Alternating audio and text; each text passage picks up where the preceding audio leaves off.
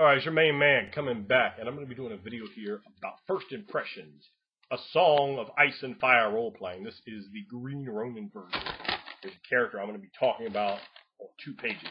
Now, the guy running this was Dave, who we met down at MarsCon. We played not 1 but 2 sessions. Your main man talked him into the first one ran well. He was talking about some exalted nonsense. I said, scratch that, but let's get that song on, and let's sing that song and play it nice. So, it's an interesting game. I'm going to walk you through the basics here. Now, I'm not advanced and experienced on this. This is first impressions, but first impressions are everything. So, we see on the character, we need to come up with a name. And I've never read any of the George R. R. Martin books. However, I have watched the first season of Game of Thrones, like probably everyone watching this video has. Now, so I named my character Silas Daven of House Flamefeather. I came up with the House Flamefeather and our coat of arms was sort of like a midnight. You got the shield, and you got like the midnight blue on it, and then you have this black raven's feather, and surrounding it is really bright yellow, then into orange, then into red flame. So it's like the raven's feather itself is on flame. We were a minor house. My character was like a second cousin to Robert Baratheon, and they were rolling off from there. You make random rolls for several things. They give you some background points for ideas. They give you your age. You can play apparently anywhere from like 5 to about to die at like 80 years old or 100, I don't know. But you can play a 5-year-old. You can play a 10-year-old. And my character, I got middle-aged, I think. I'm 44 on the character sheet. Now, you also roll 2d6 to determine what status you have. But you have to buy up that with points as well. But I guess it's like the max cap, and I rolled, bam, double 6s. I keep it opulent. And that was, so I was like, well, okay, I'll buy all that up. And the guy who rolled the next, I said, okay, well, why don't you come and be my son? So I was the lord of House Flamefeather. And he played my only begotten son. And so I said $4. So I put him, I said, okay, let's have $1 older than you. Let's put you as number 2 and $3 under you. I'll still be trying to marry off. First one married off. And I have the wife. We're designing. You design what you have. You make all these rolls for what you're going to have in a game in terms of the wealth of your area. You build a little hamlet. You have the castle, or whatever you really can afford. We ended up with like 2 towers and like several other stores. I don't have that piece. The Moon has that, and we were just looking at it tonight. I was over to Moon's. He's running the game, and you get a bunch of different things. We have like a little minor house associated with us. And let's see here. What do we have? You have a bunch of different abilities. And they start off with 2s, but you can drop them down to a 1. You get like 50 points off of that. They are agility, agility. And I apparently did not have tongue agility on that one. But it is animal handling, and it is after 1 in the morning. Then we have, so let's start at the top. Agility, animal handling, athletics, awareness, cunning, deception, endurance, fighting, healing, language, knowledge, marksmanship, persuasion, status, stealth, survival, thievery, warfare, and will. Now, they give you a bunch of extra points that you put in here, and you can buy them up. Like getting things to a 3 was only like 10 points, and then after that, I think it was like 30 points per, and you can go all the way up to 6, I believe, starting. And then with experience points, I bought up one of mine to 7. Then you also get some special dice to add. And it's kind of interesting, like you roll your full pool, but then you have these bonus dice in. But you have to pull dice out, so you pull the weak dice out. So if my normal stat here for, well, let's say for status, I have a 6, which is very high. I have a 6 status. And we talked about that, and I roll well. But I had to buy the points as well. So I took reputation and breeding. I put breeding twice. You can take them more than once. And I believe it's capped by the number of dice you have here. So I had to make a roll that's associated with breeding. I would roll 8 dice, but I would subtract 2 of them, the 2 lowest. So overall, it's making my numbers higher, which is, of course, a nice thing to have. My highest stat was persuasion. It's a 7, and I took charm for 3. And I also took a special item, the robe of raven feathers, which is supposed to be 1,000 years old. And it has this robe made completely of raven's feathers. It has some kind of mystical background. My character really went too high up on. But, those are some of the strong points. And I rolled some crazy just some crazy high successes on certain things involving that persuasion. That's why I bumped it. So I thought it was pretty cool.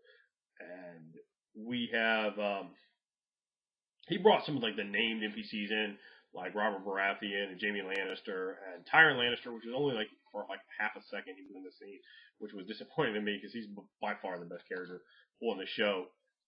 The guy that I can't think of his name off the top of my head, but the guy that just won the award. I thought it was awesome. Game of Thrones got an award. Game of Thrones is an amazing show, one of the better shows I've ever seen. Hopefully the next season will be as good as the first one, or even better. Hey, let's hope even better, right? But it's still the first amazing season. I love that he got an award. I hope the guy gets more work. I know people that have what is it? Is it dwarfism? Is it? Yeah, I don't even know. I'm not trying to be mean. I'm not exactly sure what the correct term is, but people with that sort of condition get overlooked. You know, they're not like, oh, let's just throw a bunch of random people in there and let's evaluate off skill. You know, they're just like, well, we're automatically excluding this dude. But now that he's got some talent behind him, he's shown in such a good role and got recognition. Maybe he can get just some other normal jobs where it's not just this kind of deal. And I think when you have like, what was it, Vern Troyer, the guy that's mini-me, he's doing atrocious stuff. Like, oh, I'm done with this. And I think it kind of probably hurt people of the small size to get that +1 hit. You understand that they're not gonna get the opportunities, and hopefully he'll get himself some good opportunities. I would definitely see some of his and watch it. He really impressed me. But enough of that for now. So they said you can only dial 3 stats back. So I'm gonna immediately do that. I love flaws. I love them. I love having weaknesses. So the way I kind of designed the character is put his warfare down at 1. And we had a back plot. Some of the other characters had rolled up to the head, been like kidnapped. And I said, squash that. You didn't get kidnapped. What happened is we got some trouble in the house, into some debts, into some problems. And I had to kind of suck you guys off into indentured situations, including my only son, who I just set off twice in the course of events. And my voice is actually a little raw. I think that's a little bit more Scottish sounding than my character's voice actually was. But I had a whole voice that I put together like that. When I do character voices, I actually test them out, and my wife always come down and like, "Are you calling me?" I say, "No, babe, I'm just doing a character voice." She's like, "Oh," she just wanders off because I try to find voices that don't strain my throat too much, and the voice I made for the character did strain my throat a little bit. By the time the con was done, between that and the other characters I played, with untested voices, I always like to do a voice, but with untested voices, my voice was just about gone, and that's why I tested to make sure that doesn't happen. But it did. So we had 3. Warfare, healing. I even took a -1 thing on healing after the fact for the next game session because my character came out a bit sadistic. I know Matthew Brady can tell you a bit about that. I do like my sadism and cruelty in characters. Not that I always go that route, but it is quite entertaining. And I took a 1 in my cunning because I rolled something that was it was foolish. So it was kind of cool because I offset like things that you wouldn't think. Like I have a real high deception and a really high persuasion, but my cunning is low, and those stats all kind of go together. And my status is really high, which is another one that goes together with that stuff. But my cunning is low. Like so, I've made missteps, but a lot of times I could talk my way out of them after the fact. But it creates a problem, which creates drama, which is great. Having those weaknesses in your character is always a great way to go. So, we were doing that, and so I have dedication. I have will at only 3, but I have dedication twice. Basically, he come up with a plan and be like, nope, as soon as we have the plan. So I kind of told everyone, it was like my advisors, like, look, this is how it is. So your character would know this. As soon as I'm set on a plan, we're doing it. But I'm a kind of a fool, just a little bit of a fool in some ways, enough so with a low cunning, they could kind of get those ideas in. So they would be trying to like whisper stuff to me and trying to get in on the deal to persuade me. Because once the die was cast, we were going to see it through. And we might get jacked. And I'll be like, nope, my plan. And I had like people trying to have all these great warfare. Man, I have a 1 cunning. I'm going to go with my ideas. And my ideas are horrible because I don't understand warfare clearly with a 1. Just because you don't understand something doesn't mean that you don't think you do. And my character certainly did. It had the dedication. So once you have dedication, you've got the drive to see through your bad ideas to the bitter end, to the imprisonment and selling it twice. And never to be begotten son into labor.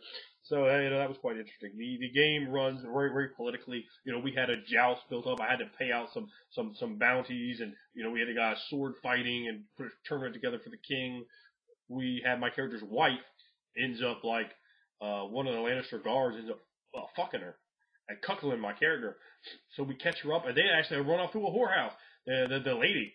So with the quickness, I rain down the steel mailed hand on her ass to the floor with her, and I have the guy taken off, and we have him made into a eunuch. We have his balls put over the open flames, and they was roasted like some chestnuts. You understand? He was put to that ultimate shame, and I had my wife taken and put into the castle and walled up and bricked up to there was just one brick left. And I said, well, you feed her like once every other day, a little bit for a while.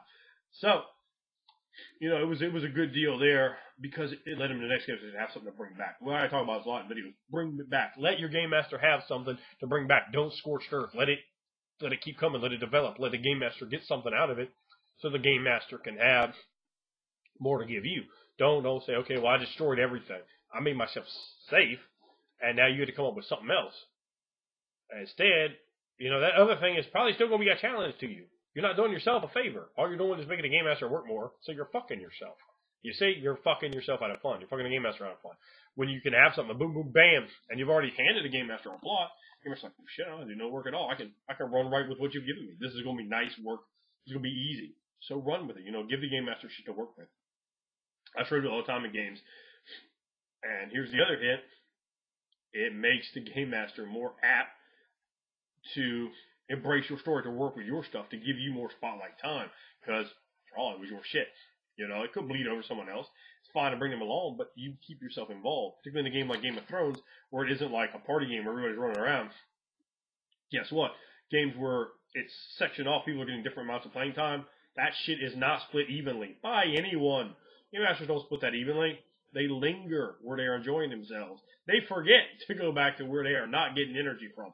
Be a battery. Get the game master invested, involved with you, and then they're going to keep coming back to you. They're going to bring you up and get involved with your storylines. That's very important to remember. Now, the game, you know, they also you have your weapons, even though there's a Dothraki sword in there. You know, I had a breastplate, I had a bastard sword, a dagger, a longbow, you know, the large shield. Yeah, I had to take a quality called Head of House, and we had to pay some points to give him to my son as a legitimate heir. Let's see. I ended up taking my wife as a nemesis because I wanted to bring her back and do something with her. I thought, you know, that'd be pretty cool. But then she did get killed by someone else in the game, which I was like, oh. So, you know, I had to come off with that. And, you know, I got the traits humble and foolish. Power. I went power. Better than foolish, man. So, you know, that could go quite wrong. So I thought, you know, overall, I really enjoyed the game. It delves into the politics that you can get into fighting. Without it being any kind of fight at all, you could have like a tournament and then test out your skills that way. Get the value out of your skills in the tournament, proving your strength and skill for the ladies, wooing the ladies. You could get into the political intrigue. You'd acquire, you know, new wives, and then have politics and try to go, you know, power mad, try to launch small campaigns against other people. On the overt or on the covert, we had peasants come up against us, and we had to squash that uprising. Peasants don't get right. Them is why. So overall, I really enjoyed the game. We got in contact with the guy. In fact, he posted one of the videos there, Dave. Thanks for that, Dave. You probably watched this one too, so you know we definitely get with you, baby.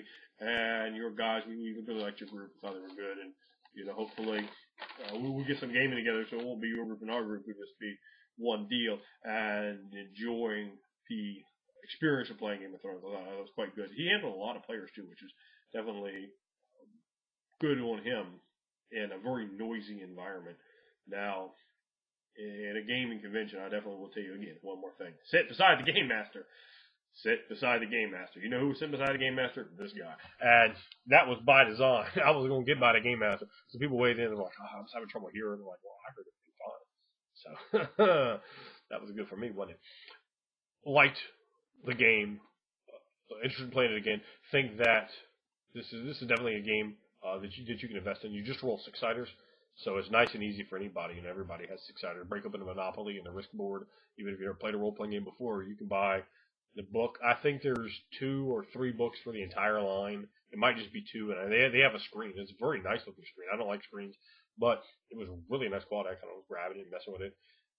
I thought it was quite nice. So overall, I think Game of Thrones is, or I guess it's not called Game of Thrones. I think that's the other one. But Song of Ice and Fire, definitely worth buying, definitely worth picking up. So, if you guys have any questions about the game, drop them below, and I will probably answer them incorrectly. But I will say something.